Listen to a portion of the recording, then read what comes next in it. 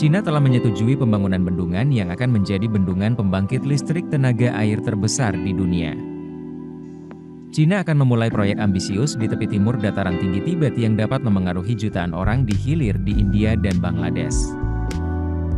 Melansir Reuters, menurut perkiraan yang diberikan oleh Power Construction Corp of China pada tahun 2020, bendungan tersebut, yang akan berlokasi di bagian hilir sungai Yarlung Zangbo, dapat menghasilkan 300 miliar kWh listrik setiap tahunnya. Jumlah tersebut lebih dari 3 kali lipat kapasitas yang dirancang sebesar 88,2 miliar kWh dari bendungan Tiga Ngarai, yang saat ini merupakan yang terbesar di dunia, di Cina bagian tengah.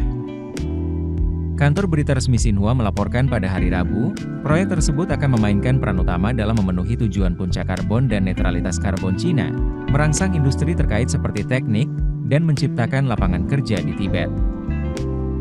Bagian dari air terjun Yarlung Zangbo setinggi 2.000 meter, 6.561 kaki, dalam rentang pendek 50 km, 31 mil, menawarkan potensi tenaga air yang besar serta tantangan teknik yang unik. Biaya pembangunan bendungan, termasuk biaya teknik, juga diperkirakan akan melampaui bendungan Tiga Ngarai, yang menelan biaya 254,2 miliar yuan, 34,83 miliar. Ini termasuk pemukiman kembali 1,4 juta orang yang mengungsi dan lebih dari 4 kali lipat perkiraan awal sebesar 57 miliar yuan. Pihak berwenang belum menyebutkan berapa banyak orang yang akan tergusur oleh proyek Tibet dan bagaimana hal itu akan memengaruhi ekosistem lokal, salah satu yang terkaya dan paling beragam di dataran tinggi tersebut. Namun menurut pejabat Tiongkok, proyek pembangkit listrik tenaga air di Tibet, yang menurut mereka menyimpan lebih dari sepertiga potensi tenaga air Tiongkok, tidak akan berdampak besar pada lingkungan atau pasokan air di hilir.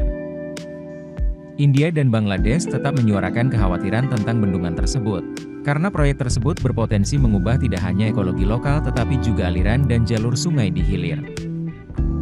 Yarlung Zangbo menjadi sungai Brahmaputra saat meninggalkan Tibet dan mengalir ke selatan ke negara bagian Arunachal Pradesh dan Assam di India, dan akhirnya ke Bangladesh.